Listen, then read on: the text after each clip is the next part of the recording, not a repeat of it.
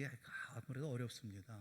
주무시는 분은 그냥 주무시더라고요. 아무리 이 말씀하고 소리 질러도 그냥 주무실 분은 주무셔서, 다만 당부를 드릴 것은 코만 골지 말고 이렇게 주무시면 좋겠다 그런 생각이 있어요.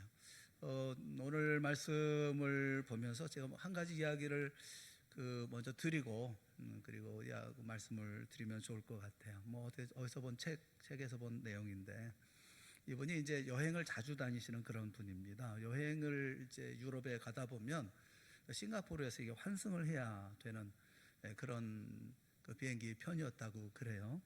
근데 몸살기가 좀 있어가지고 환승하는 그 시간에 기침약을 사려고 싱가포르의 약국을 이제 찾았답니다. 그 약국 문을 열고 들어서서 마시는 감기약 하나 주십시오. 그랬더니 머리는 말끔하게 삭발하고 두꺼운 안경을 쓴 아저씨가 물끄러미 보시면서 기침 한번 해봐.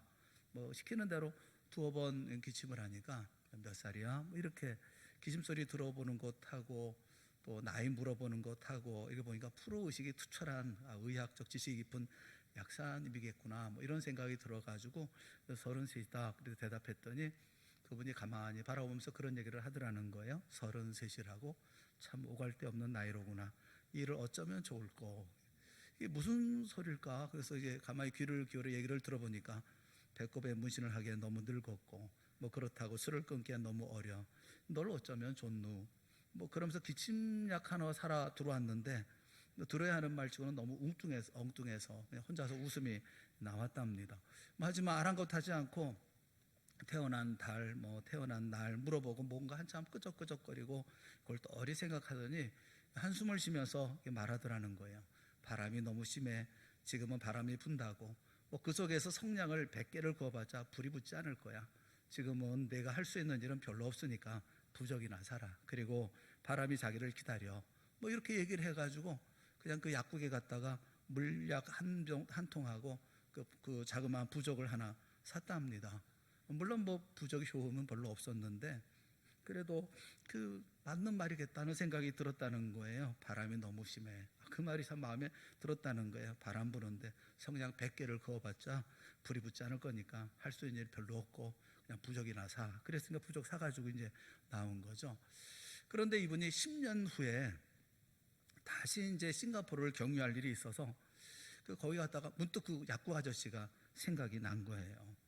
근데 그 약국을 둘러야 되겠는데 약국 갈 일은 이런 기침하는 것도 아니고 감기 걸린 것도 아니고, 근데 마침 그 리크림 하나를 사야 되겠다는 생각이 들어서 그래서 그 리크림 사려고 약국에 들렀답니다. 다시 한번 가보고 싶었던 거죠. 그러면서 입술에 바르는 그 연고 하나 주세요.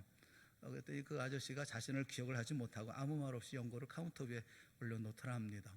돈을 치르고 이렇게 돌아서서 나오려는데 이번에는 아무 말씀 없으니까 좀 머뭇거리니까 그 아저씨가 왜 다른 것 줄까? 그래서 실은 제 친구가 몇 년 전에 여기서 아저씨한테 점을 좀 봤다는데, 그러니까 그 약사 아저씨가 금세 알겠다는 표정으로 점을 보러 왔구만. 몇 살이야? 이렇게 물어보더래요.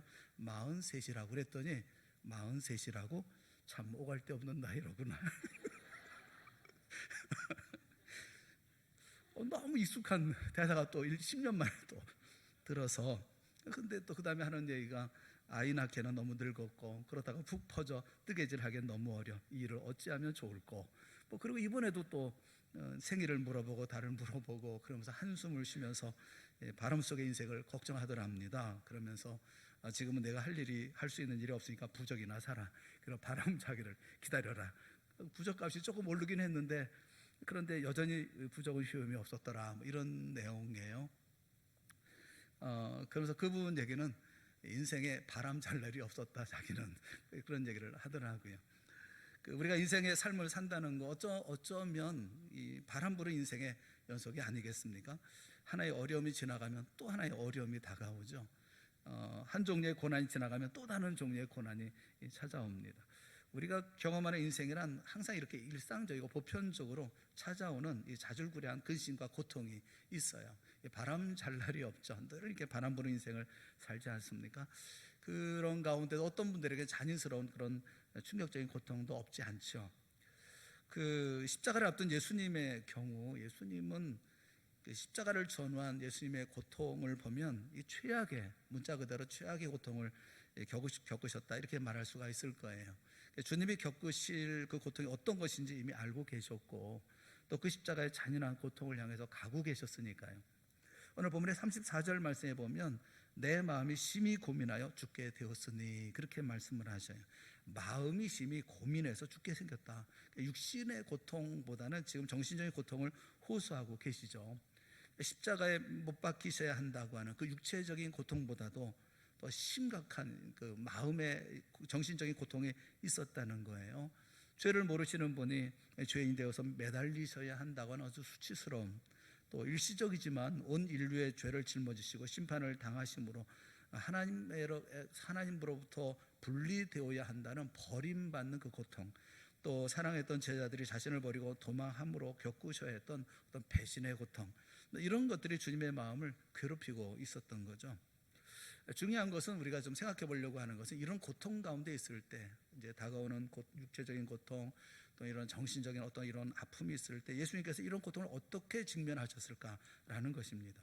예수님은 하나님이셨지만 동시에 우리가 똑같은 육신을 입고 이 땅에 오셨죠. 따라서 인간으로서 예수님도 이 고통 앞에 어떤 뭔가 위로를 찾고자 하지 않으셨겠습니까? 저는 오늘 그래서 그 제목이 그 고통을 이기는 위로의 비밀, 고통을 이기는 위로. 그래서 그 위로의 비밀을 좀 한번 같이 생각해 보려고 합니다. 우리에게도 이런 고통이 있잖아요. 그럼 이 고통을 이길 수 있는 위로가, 예수님도 그 위로를 찾지 않으셨을까 싶고, 그 어떻게 그 위로를 받으셨을까 하는 것을 예수님으로부터 배우고 싶어요. 이런 견디기 어려운 그런 고통이 우리 인생에 엄습해 왔을 때 우리는 어떻게 극복하고 승리할 수가 있을까? 몇 가지를 생각을 해볼 수가 있을 겁니다. 고통을 이길 수 있는 그 위로받는 첫 번째는 친구죠. 첫 번째 비밀은 친구들과 함께 하라라는 것입니다. 그 32절은 이렇게 시작하죠. 그들이 겟세마네라 하는 곳에 이름에, 그 다음에 33절에 베드로와 야고보와 요한을 데리고 가실새. 예수님이 겟세마네 동산에 십자가를 지시기 전날 밤에 겟세마네 동산에 가시면서 베드로와 야고보와 요한을 데리고 가셨어요. 왜 데리고 가셨을까? 우리는 보통 내가 당하는 고통, 이런 고통스러운 일을 당하면 이걸 남이 아는 것이 싫죠. 남이 그것을 아는 척하는 것도 싫고, 우리 동양에 가지고 있는 체면 문화 때문에 그렇죠. 내가 고통당하면 고통당하는 모습을 다른 사람에게 보이고 싶어 하지 않습니다. 혼자 겪는 게 차라리 낫겠다 이렇게 생각하는 경우가 많죠. 예수님은 왜 제 아들을 동반하셨을까? 혼자 당하실 일인데 혼자 가셔도 될 텐데, 아마도 겟세마네 동산에서 최악의 고통을 이기는 이런 모든 거, 이런 극복하는 비밀이 뭔지 하는 것을 제자들에게 가르치고자 하시는 어떤 예수님의 뜻이 분명히 있었을 거라고 생각을 해요. 근데 저는 그보다는 오히려 위로라는 측면에서 한번 접근해서 생각을 해보고 싶습니다. 예수님도 사람이기 때문에 어떤 외로운 상황, 이 고독한 상황, 혼자 짊어지는 이런 상황에 직면하시면서 위로받고 싶어 하지 않으셨을까? 그래서 이 세 제자들과 함께 기도하기를 원하셨던 것은 아니었을까? 그런 생각이 들어요. 친구들과 함께 더불어 제자들과 제자들을 친구 삼아서 이 고통의 밤을 함께 지나고 싶어 하시지 않았을까? 저는 그렇게 생각을 해요. 여러분, 친구라는 것은 언제 알 수가 있습니까? 친구는 언제 알 수 있느냐면 내가 고통을 당할 때, 그때 그들이 보여주는 반응을 보면 우리는 친구를 알 수 있죠. 고통은 우정의 테스트다, 이런 얘기도 할 수 있지 않습니까? 영국의 격언 가운데 보면 성경, 좋을 때, 이럴 때는 성경은 친구를 만들지만, 좋을 때는 친구를 만들지만 역경은 친구를 시험한다 라는 그런 말이 있다고 그래요. 역경은 친구를 시험한다. 로마의 철학자 키케로도 고난을 만나야 진정한 친구를 알아볼 수 있다, 그런 얘기를 했다고 그러더라고요. 그 유명한 과학자인 퀴리 부인은 역경에 처할 때 우리는 진정한 친구들의 숫자를 세어볼 수 있다, 그렇게 얘기를 했다고 그래요. 그러니까 우리가 어려움을 당할 때 진정한 친구가 몇이나 되는가 하는 것으로 알 수가 있다는 거죠. 친구는 많은 것 같아요. 내가 고통당할 때, 역경을 만날 때 비로소 내 진짜 친구가 몇 명이냐, 진정한 친구 우리는 세어볼 수가 있다는 거죠. 잠언 17장 17절 말씀에도 보면 친구는 그 사랑이 끊어지지 않냐고 형제는 위급한 때를 위하여 남느니라 이렇게 말씀하고 있어요. 내가 정말 위기를 만났을 때 그때 우리는 친구를 알아보고 형제를 알아볼 수 있다, 그런 말씀이죠. 예전에 나왔던 그런 일화 가운데 그런 게 있죠. 세계 제2차 대전이 있었을 때 미국에서 한 마을에서 같이 살던 두 사람이, 친구로서 함께 지냈던 두 사람이 전쟁에 징집되어서 같이 훈련받고 같은 부대에 배치돼서 같은 전선에서 싸우게 되었답니다. 그날도 작전 중이었었는데, 그런데 그만 친구 하나가 떨어져 버리고 말았어요. 폭탄은 떨어지고 그러는데 참으로 돌아오지 못하고 고립된 상황에 있게 되어졌습니다. 이 모습을 보고서 또 하나의 친구가 폭탄이 떨어지고 있는데도 불구하고 이제 나가려고 하니까 분대장이 막았다죠. 지금 나가면 너도 위험하니까 나가지 못하게 이렇게 명령을 했답니다. 하지만 분대장이 다른 데를 바라보고 있는 틈에 재빨리 차문을 나와서 친구가 고립되어 있는 그 곳을 향해서 포복으로 기어가기 시작했어요. 그리고 마침내 그 친구에게 접근해서 그 친구를 들쳐업고 다시 참으로 돌아왔습니다. 그 와중에 자신도 많이 상처를 입고 피를 흘리면서 참으로 데려왔는데 이미 친구는 숨을 거둔 뒤였어요. 분대장이 야단을 칩니다. 바보 같은 놈, 내 친구는 이미 죽었지 않냐, 너도 죽어가고 있지 않냐, 도대체 이게 무슨 의미가 있나. 그때 그 죽은 친구를 들쳐업고 왔던 친구가 분대장을 바라보면서 그런 얘기를 했다고 그래요. 분대장이 뭐 소용이 없다고 얘기하시고 의미 없다고 얘기하고 친구는 이미 죽었고 나도 많이 부상을 입었는데 이게 무슨 의미가 있냐고 말씀하시지만, 분대장님은 제가 친구를 죽기 전에 만났을 때 제 친구 얘기를 듣지 못하셨군요. 제 친구는 그렇게 말하더라고요. 짐, 나는 네가 올 줄 알아서. 짐, 나는 네가 올 줄 알아서. 그게 친구죠. 목숨 걸고 찾아가는 게 친구 아닙니까? 고통의 순간에 더불어 함께 있어 줄 수 있는, 그게 친구죠. 저는 예수님이 그 제자들에게도 그런 친구를 기대하셨을 거라고 생각합니다.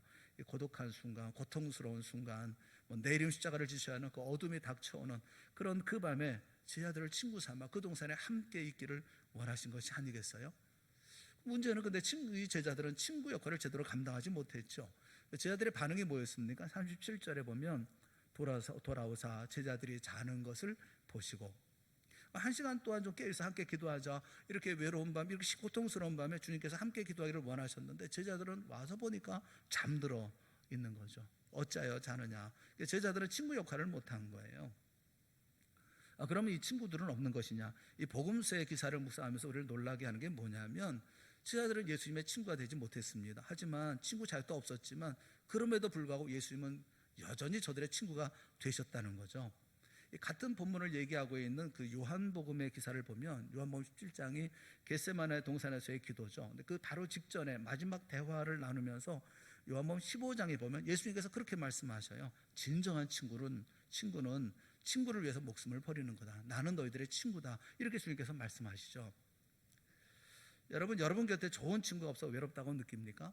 그렇다면 예수님이 우리의 좋은 친구가 되어주셨던 것처럼 방법이 있어요. 그게 뭐냐면 누군가 내가 친구가 되어주는 거예요. 이따금 이제 장례식을 이렇게 집례하면서 그 장례식이 쓸쓸한 장례식이 있습니다. 간혹 보면 아무도 찾아오지 않는, 손님도 없고 뭐 이런 그 장례식이 있어요. 물론 이제 알리지 못한 경우도 있고 뭐 예외적인 상황도 있지요. 그런데 이런 경우 이렇게 가만히 이렇게 이야기를 들어보면, 뒷얘기를 들어보면 그분이 일반 평소에 다른 분들의 어려움에 동참하지 않았던 그런 경우가 대부분이었던 것을 알 수가 있어요. 다른 사람의 고통에 둔감하고 또 다른 사람의 아픔에 대해서 이렇게 몰인정하게 되었을 때 자신이 고독한 상황에 처하게 되어지면 찾아오는 사람이 없는 경우가 많죠. 성경 그래서 전도서 7장 2절에 보면 초상집에 가는 것이 잔치집에 가는 것보다 낫다, 그렇게 말씀을 하고 있어요. 내가 친구가 있나 없나, 나는 친구가 왜 이렇게 없지 하지 말고 내가 친구가 되어주는 그런 역할을 해야 되지 않겠어요? 그래야 그도 친구가 될 수 있는 것이 아니겠습니까? 폴 투르니에라고 하는 분이 쓴 책이 있는데 그 책에 그런 얘기를 합니다.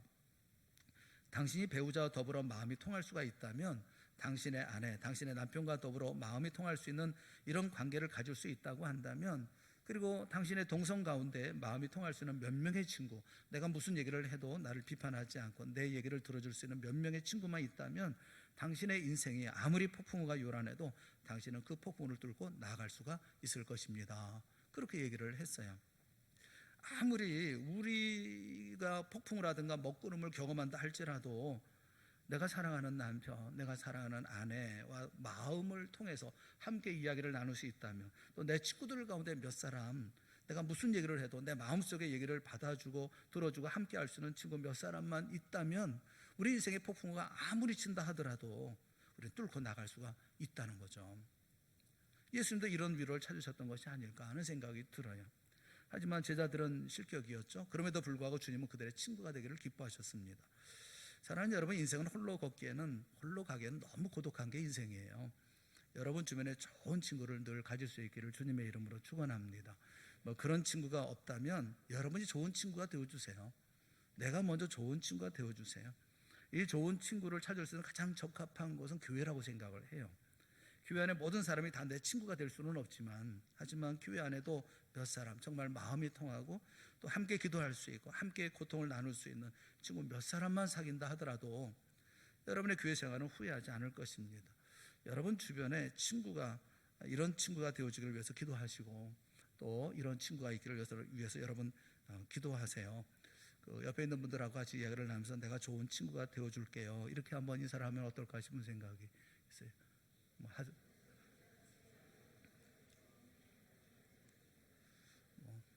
한번 그래 주셨으면 좋겠어요. 내가 그냥 왜 나한테는 친구가 없지? 당신 나한테 좀 좋은 친구가 되어주세요 라기보다는 내가 좋은 친구가 되어드릴게요 라고 얘기하면 좋겠어요. 자, 옆에 있는 분들 이름을 꼭 수첩에 써놓고 친구가 되어준다고 그랬으니까 생일날이 언제인지 꼭 얘기하시고, 이렇게 그 선교회는 굉장히 중요하다는 생각을 합니다. 선교회는 참 중요하다. 그래서 같은 연령대의 모임, 그래야 친구가 사귀어지지 않겠어요? 또 주일날 왔다가 사라지고 그래서는 친구 사이가 어렵죠. 그 아기 엄마들 보시면 여러분 아시잖아요. 처음 보지만 아기 엄마들은 딱 만나면 할 얘기가 그렇게 많아요. 또 굉장히 친하게 이렇게 언니, 뭐 동생 이러면서 금방 얘기를 하더라고요. 같은 처지잖아요. 같은 처지에 같이 얘기할 수 있는 그런 친구들을 꼭 가질 수 있기를 바랍니다. 이 성교회는 계속 중요하고요. 구역도 중요해요.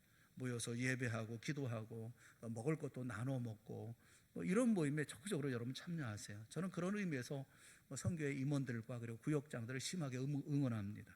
우리가 이렇게 열심히 감당하면서 그래서 이 친구를 만들 수 있다는 거, 어렵고 힘들 때 친구와 함께 갈 수 있다는 거, 저도 내 가족, 내 식구들, 내 남편, 내 아내, 그 인간 그러지 마시고 그분과 같이 좋은 믿음의 삶을 만들어가면서 함께 만들어가야 되는 것이 아니겠어요? 예수님은 보니까 베드로와 야고보와 요한을 데리시고 같이 이렇게 산에 올라가셨더라 하는 것을 보면서 친구는 정말 중요하겠다 그런 생각이 들어요. 또 한 가지는 고통을 이기는 이 위로의 비밀, 두 번째 비밀이 있다면 하나님과 함께하는 것을 배우라는 겁니다. 하나님과 함께하는 것. 하나님과 함께하는, 여러분 친구가 나를 위로하는 거 중요하죠. 필요하죠. 그런데 이 친구의 위로에는 언제나 한계가 있다고 하는 사실도 기억해야 돼요. 사람이 사람을 위로할 때 거기는 항상 한계가 있습니다. 때로 우리가 어떤 사람을 위로할 목적과 의도를 가지고 접근하지만 그래서 또 같이 말을 나누지만 결과적으로 상대방에게 상처를 입히는 경우가 굉장히 많아요. 난 위로하러 만나고 위로하기 위해서 얘기를 하는데 마음은 그렇지 않은데 위로하는 기술이 없어서 상대방의 마음을 알지 못해서 우리의 의도와는 정반대로 남에게 상처를 입히는 경우가 적지 않습니다. 또 나도 상처를 입는 경우가 많아요. 그 전형적인 신뢰가 욥과 그의 친구들 아닙니까? 그 친구들 엘리바스와 빌닷과 소발, 이 세 사람이 먼 길을 왔습니다. 정말 먼 길을 욥을 찾아왔습니다. 세 사람이 같이 온다고 그랬으니까 서로 연락을 하고 욥이 그렇대 어떻대 그러면서 연락을 하고 함께 오지 않았겠어요? 그 먼 길을 옵니다. 와서 일주일 동안을 함께 웁니다. 함께 아파하고 함께 힘들어합니다. 하지만 위로한다고 왔지만 결국 욥에게 큰 상처를 주잖아요. 다투잖아요. 논쟁이 벌어지지 않습니까? 이게 무슨 도움이 되겠어요? 무슨 위로가 되고 무슨 욥에게 무슨 힘이 되겠어요? 오늘 본문에 보면 예수님의 제자들이 별로 예수님께 도움이 되지 못합니다. 그럴 때 주님께서 어떻게 합니까? 그 주님께서 취하신 태도를 여러분 주목해 보세요. 35절에 보시면 조금 나아가서 땅에 엎드려.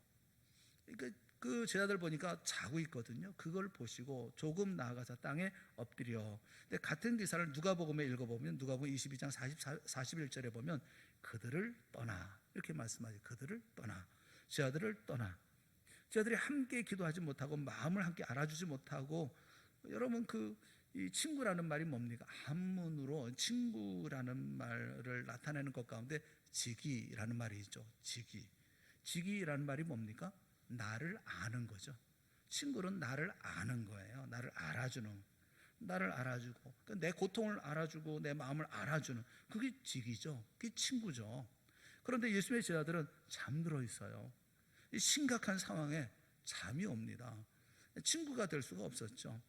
주님은 그것 때문에 모든 것을 포기하거나 좌절하지 않고 탄식하고 한탄하지 않았어요. 저희를 떠나서, 그들을 떠나서 돌 던질 만큼 가서 무릎을 꿇고 기도하십니다. 이제 누구를 찾습니까? 하나님을 찾습니다. 그분의 기도는 이렇게 시작되죠. 오늘 36절 말씀에 보면 이르시되 아빠 아버지여, 이렇게 기도를 시작하셨어요. 아빠. 옛 성경에는 아바, 아람어로 아바라는 말은 아빠라는 말과, 어린아이가 아버지를 친근하게 부를 때 그 애칭이죠. 아버지를 부르는 애칭이죠. 그게 아빠라는 말이죠. 예수님은 지금 마치 어린아이의 심정으로 돌아가서 아버지이신 하나님께 기대는 거죠. 하나님 앞에 자신의 절망, 자신의 고통, 자신의 아픔, 이걸 속에서부터 끄집어내면서 아빠, 아버지께는 모든 것이 가능하오니 하고 기도하고 계시는 거예요. 마음속에 있는 모든 고통을 다 끄집어내고 놓고 있는 이런 여러 상황을 보세요. 자신의 모든 것을 다 드러내놓고 아버지 앞에 다 드러내놓습니다. 늘 불평을 들어놓는 사람이 있어요. 항상 말하면 불평하는 사람이 있어요. 사람들 보면 그렇잖아요. 말 시작할 때 항상 부정적인 얘기하는 그런 사람들이 있잖아요. 말하는 거 부정적이고, 생각하는 것도 부정적이고, 이런 사람들이 있잖아요. 그걸 이제 지켜보고 있던 어른이 그것을 좀 고쳐야 되겠다, 그런 생각을 교훈해 줘야 되겠다 싶어가지고 만났습니다. 만나서 그 사람에게 이제 물 한 잔을 좀 가져오라 이렇게 시켰어요. 컵에다 이제 물 한 잔을 가져왔습니다. 그러니까 거기다가 소금을 한 움큼 줬던 소금을 이제 탔습니다. 다 부어가지고 이게 휘저어가지고 이제 물 맛을 좀 보라, 물을 좀 마셔봐라, 물 맛이 어떠냐. 그랬더니 이 사람이 얼굴을 잔뜩 찡그리면서 너무 짜서 마실 수가 없습니다. 그렇죠. 그 작은 이 컵 안에 거다가 소금을 한 움큼 집어넣으니까 얼마나 짜요. 그를 데리고 이제는 근처에 맑은 호숫가로 데리고 가서 호수에다가 아까 똑같이 소금 한 줌을 이렇게 다 뿌리고, 그리고 난 다음에 호수물을 맛보라고 했어요. 그리고서는 물맛이 어떠냐라고 그러니까 이 사람이 웃으면서 시원합니다. 소금 맛이 나느냐? 전혀 나지 않습니다. 이때 이 교훈을 했어요. 그 차이를 알겠나? 불행의 양은 누구에게나 비슷해. 다만 그것을 어디에 담는가에 따라서 불행의 크기가 달라지지. 유리잔에 담지 말고 호수에 담게. 그렇게 교훈했다고 그래요. 기도라는 게 뭐죠? 하나님께 가져가는 거죠. 여러분이 가지고 있는 어려움이 있고 아픔이 있는데 그걸 왜 내 작은 그 유리잔 조그만 데다가 집어넣고서 그걸 어떻게 소화하려고 그러니까 얼마나 힘들어요. 호수에다 갖다가 이렇게 딱 던져버리면 아무것도 아니잖아요. 하나님께 가져가면 아무것도 아니잖아요. 조렌이라는 기독교 철학자는 그 기도를 뭐라고 정의했느냐 하면, 기도는 하나님 앞에 홀로 서는 단독자의 체험이다. 기도는 하나님 앞에 홀로 서는 거, 단독으로 서는 그런 체험이다, 그렇게 정의했어요. 아무도 나와 함께 할 사람이 없을 때도 나는 여전히 하나님 앞에 설 수가 있죠. 나는 하나님을 바라보고 설 수가 있어요. 비전 칼리지의 학장인 그 제임스 휴스턴이라고 하는 사람은 기도에 대해서 기도는 하나님과의 우정이다, 이렇게 정의했어요. 하나님을 나의 친구로 삼는 거, 그리고 하나님 앞에 내 마음을 쏟아놓는 거, 그것이 바로 기도다, 그렇게 얘기했어요. 우리 주님은 고독하셨습니다. 외로웠습니다. 그러나 아직도 부를 수 있는 아버지가 계셨죠. 이 대목에서 요한복음은 주님의 심정을 아주 감동적으로 기록을 하고 있습니다. 요한복음 16장 32절에 보면 보라, 너희가 다 각각 제 곳으로 흩어지고 나를 혼자 둘 때가 오나니 벌써 왔도다. 예수님의 그 심정을 아시겠어요? 이 표현을, 이 고백을 다시 한번 들어보세요. 너희가 다 각각 제 곳으로 흩어지고 나를 혼자 둘 때가 오나니 벌써 왔도다. 이 고독해 하시는 순간이죠. 쟤들은 다 떠나갑니다. 근데 그의 고백은 거기서 끝나지 않아요. 그 다음에 뭐라고 얘기합니까? 그 다음에 다 같이 봅시다. 그러나, 다 같이 시작. 그러나 내가 혼자 있는 것이 아니라 아버지께서 나와 함께 계시느니라. 할렐루야. 그렇잖아요. 그 위로받을 수 있는 그 하나님이 나와 함께 계시다. 여러분, 친구들이 따라오지 못하는 길이 있을 수 있어요. 부부도 함께 할 수 없는 길이 있어요. 다 같이 간다 하더라도 죽음의 길은 같이 못 가요. 철없을 때 저도 한때는 그런 얘기했어요. 집사람한테 여보 우리 죽을 때도 같이 죽읍시다. 철없어서 그런 소리를. 요즘에는 철나서 그런 얘기 안 합니다. 여보 나 먼저 갈게. 당신은 천천히 와. 정리하고 와. 이렇게 철난 얘기를 요즘에 해요. 남편들은 그렇게 얘기하는 게 맞죠. 그죠? 그래서 여러분들 전혀 공감을 안 하시는 거예요. 부부는 같이 갈 수 없어요. 함께 갈 수 없어요. 특별한 경우 아니면 같이 못 가거든요. 그러면 같이 못 가고 따로 가지 않습니까? 남편이 가고 아내도 가고 함께 갈 수 없잖아요. 그러나 그때에도 함께 할 수 있는 분, 그분은 하나님이시죠. 내가 부를 수 있는 이름 하나님, 또 부를 수 있는 아버지. 여러분, 그럼 우리 결코 고독하지 않지 않겠습니까? 이 고독은 극복될 수 있고 고독은 위로받을 수 있어요. 하나님과 함께하면 위로받을 수 있어요. 누가복음 22장 39절에 보면 예수께서 나가사 습관을 따라 감람산에 가심에, 습관을 따라서 감람산에 가서 기도하셨다, 그렇게 말씀하고 있어요. 그러니까 습관은 굉장히 중요한 거예요. 여러분, 고통과 어려운 가운데 있을 때 습관을 따라서 일을 해야 됩니다. 새벽기도 나오는 거 언제나 은혜가 되겠어요? 항상 은혜가 되는 건 아니에요. 어떤 때는 아주 무의미하게 느껴지는 그런 기도의 시간이 있기도 하고, 어떤 때는 피곤하기만 할 때도 있고. 하지만 습관은 굉장히 중요해요. 왜냐하면 어느 날 갑자기 성령께서 내게 주시는 은혜가 있고 하나님의 은혜가 나를 붙잡을 때가 있거든요. 큐티도 그렇죠. 큐티도 항상 간격이고 항상 은혜가 넘칩니까? 그렇지 않아요. 습관적으로 성경을 읽는 거예요. 기도하는 것이 습관이 되고 성경 읽는 것이 습관이 되면 내가 정말 어떤 때 도움이 필요할 때, 절실히 하나님의 터치와 하나님의 다루심이 필요할 때, 습관을 쫓아서 내가 하나님의 말씀을 볼 때 주님께서 그 말씀을 통해서 나를 일으켜 세워주시거든요. 만져주시고 소생시켜주시는 하나님의 능력을 체험하게 되어지거든요. 습관을 따라하는 것은 굉장히 중요한 거예요. 기도하는 거, 새벽에 기도하는 거, 혹은 또 말씀을 보면서 큐티 시간을 갖는 거, 이게 습관이 되는 것은 굉장히 중요한 거죠. 하나님이 함께하는 거, 그것을 배우라는 겁니다. 이것이 우리가 위로받을 수 있는 두 번째 비결이에요. 세 번째, 고통을 이기는 위로고 세 번째 비밀은 뭐냐면 하나님의 뜻을 확인할 줄 알아야 한다는 겁니다. 하나님의 뜻을 확인할 줄 알아야 된다는 것. 하나님의 뜻을 확인하고 하나님의 뜻을 확인할 줄 아는 것, 이게 고통을 이기는 정말 중요한 비밀이라고 생각을 해요.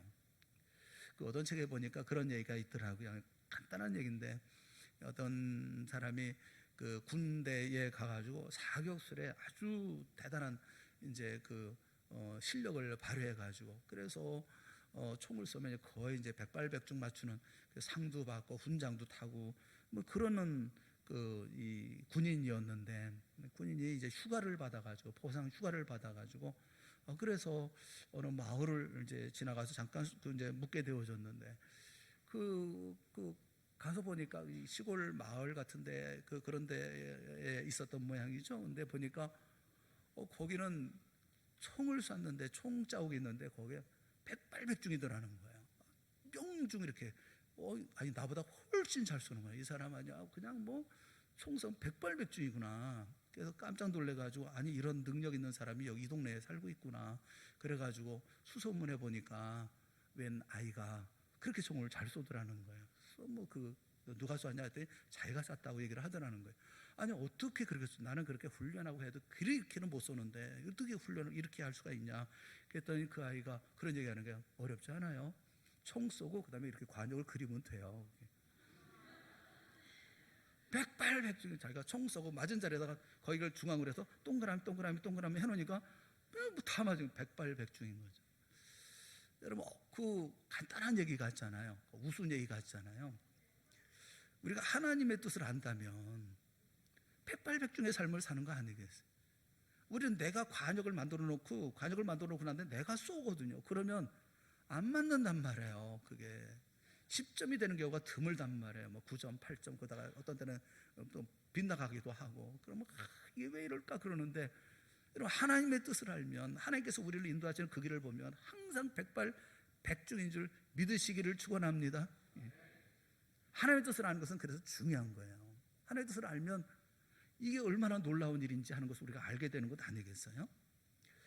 주님은 어떻게 기도하십니까? 36절에 보면 이르시되 아빠 아버지여, 아버지께는 모든 것이 가능하오니 이 잔을 내게서 옮기시옵소서. 그러나 뭐라고 말씀하셨습니까? 뭐라고 말씀하죠?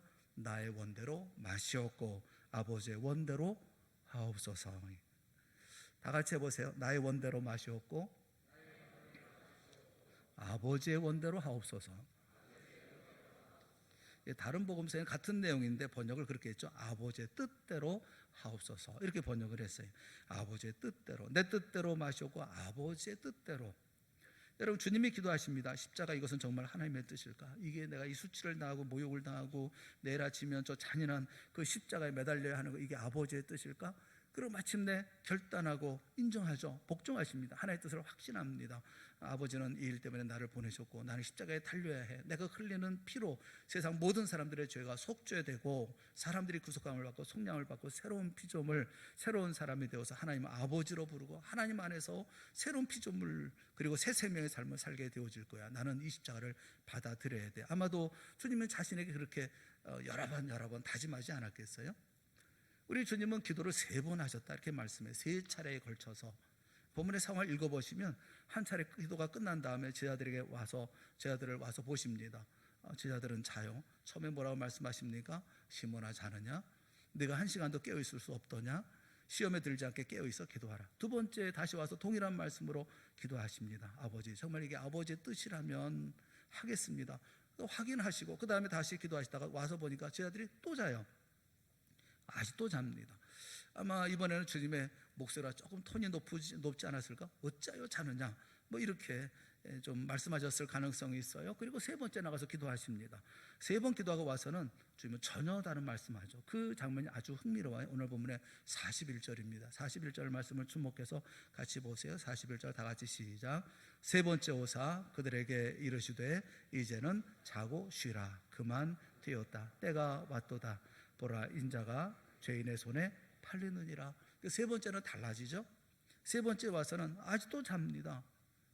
뭐라고 하십니까? 그냥 자.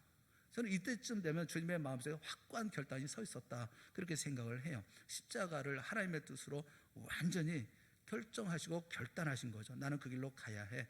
더 이상 더 제자들에게 기도를 요청하지 않습니다. 여러분, 사람이 마음에 결정을 하면 옆 사람 들볶지 않아요. 내 마음이 평안하지 못하고 뭔가 결정이 안 되면 옆 사람 못 살게 굴어요. 자꾸 얘기하고 힘들게 합니다.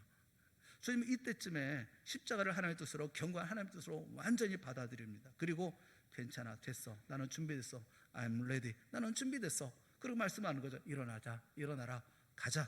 십자가로 이 모든 것을 대결할 준비가 되어 있었던 거죠. 여러분, 뜻을 알면, 내 고통의 의미를 알면 우리 고통이 무섭지 않아요. 힘들지 않습니다. 고통과 언제든지 대결할 수 있어요. 사도 바울은 로마서 8장 28절에 그렇게 말씀하죠. 우리가 알거니와. 모르면 안 돼요. 아는 게 중요한 거예요. 우리가 알아요. 뭘 압니까? 뭘 안다는 거예요? 하나님을 사랑하는 자, 곧 그의 뜻대로 부르심을 입은 자들에게는 모든 것이 합력하여 어떻게 된다고요? 선을 이룬다는 거예요. 우리가 알아요.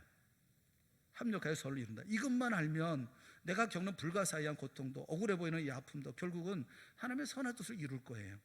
이 모든 일에 결국 하나님의 선이 이루어질 것이다. 믿는다면, 안다면 얼마든지 그 고통을 뚫고 나아갈 수가 있는 것이죠. 우리는 이 고통을 감내하면서 대결에 나아가야 될 것입니다. 유명한 데이비드 리빙스턴이 아프리카의 선교사죠. 이 아프리카 정글에서 수차례 목숨의 위기를 겪어가면서 그럼에도 불구하고 선교를 포기하지 않고 계속했던 이유가 뭐냐, 그걸 물어봤어요. 그렇게 어렵고 힘든 이런 모든 선교, 이 아프리카의 선교를 어떻게 끝까지 해나갈 수가 있느냐라고 물어봤을 때 그는 유명한 대답을 했습니다. 나는 이것을 내 머릿속에서 한순간도 떠나본 적이 없습니다. 나는 이 생각으로 일해왔습니다. 무슨 생각으로 일했다는 겁니까? 나는 하나님이 나에게 주신 그 사명이 다하기 전까지는 나는 죽지 않는다고 확신했습니다. I shall not die. 나는 결코 죽지 않습니다. Until my work is done. 내가 해야 하는 모든 일들이 다 끝나기 전에는 나는 죽지 않는다고 확실했습니다. 하나님의 사역, 나에게 주신 미션이 있어요. 다 할 때까지 나는 죽지 않습니다. 나는 결코 죽지 않는다. 주께서 뜻이 있어 나를 이곳에 보내셨다. 그러므로 그 뜻이 이루어지기 전까지 나는 여기서 죽을 수가 없다. 늘 힘있게 용기 있게, 그래서 그리고 모두 선교사역을 완료했다. 그렇게 얘기를 했어요. 오전에도 잠깐 얘기했습니다. 윌리엄 캐리라고 하는 이분은 32살의 젊은 나이로 영국을 떠나서 인도로 갔어요. 고생 많이 했습니다. 40년 동안 선교하는 과정에 자기 아내는 정신병자가 되었습니다. 너무나 많은 선교 식구들을 먹여 살리기 위해서 벅차게 경제적인 이런 어려움도 당해왔어요. 그가 하기 원했던 과제 중에 하나가 이 인도 말로 성경을 번역하는 것입니다. 근데 인도 말이 하나가 아니거든요. 수십 개의 방언이 있거든요. 굉장히 힘든 그런 그 과제였습니다. 하지만 이 지치지 않고 이 모든 사역에 몰두했어요. 한 번은 다 불타버렸는데 그 일을 처음부터 다시 시작하기도 했습니다. 사람들이 물어봤어요. 어떻게 지치지 않을 수가 있나? 어떻게 그 일을 감당할 수가 있나? 어떻게 그 비밀이 뭐냐? 윌리엄 캐리는 유명하게 대답을 했습니다. 그가 뭐라고 대답했느냐 하면 영어로 The will of God, 하나님의 뜻, nothing more, nothing less, nothing else. 하나님의 뜻, 그 이상도 아니고 그 이하도 아닙니다. 그 밖에 다른 어떤 것도 아닙니다. 하나님의 뜻, 나를 보내신 하나님의 뜻을 이루기 위해서 그 이상도 그 이하도 아무것도 전혀 다른 것이 아니라 하나님의 뜻, 오직 The will of God, 하나님의 뜻을 이루기 위해서 내가 그 일을 했던 것입니다. 그렇게 얘기를 하고 있는 거죠. 나는 그 뜻을 이루기 위해서 최선을 다하고 목숨을 걸었습니다. 이렇게 얘기하고 있는 거죠.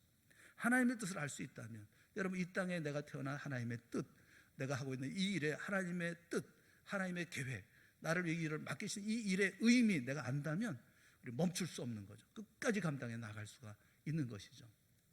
예수님께서 하나님의 뜻에 대해서 말씀하고 그래서 큰 힘과 위로받으며 십자가로 나아가셨다. 저는 그렇게 생각을 해요. 고통 가운데 위로받는 비결이 뭡니까? 첫째는 친구, 두 번째는 하나님과 함께하고, 세 번째는 뭐예요? 하나님의 뜻. 하나님의 뜻을 확인하고 결단하고 그 길을 걸어가는 거죠. 주님 뜻대로 이루어 주시옵소서. 불평할 이유가 없어요. 더 이상 걱정할 필요가 없습니다. 좌정할 이유도 없어요. 주변을 향해서 힘있게 여유있게 우리는 그렇게 말해야죠. 쉬십시오. 이제 일어나 갑시다. 나는 결정했습니다. 남편을 향해서, 아내를 향해서, 우리 자녀들을 향해서, 우리 그 구역원, 구역시들에서 우리 선교회 회원들을 향해서 갑시다. 십자가로 갑시다. 이렇게 우리는 그 길을 걸어갈 수가 있는 것이죠. 이런 역사를 만들어가는 우리 모두가 다 되어질 수 있기를 주님의 이름으로 축원합니다. 위로받으시고 힘내시고 주의 역사를 끝까지 감당해 나가는 우리 동산의 모든 성도들이 다 되어질 수 있기를 주님의 이름으로 축원합니다. 기도하겠습니다.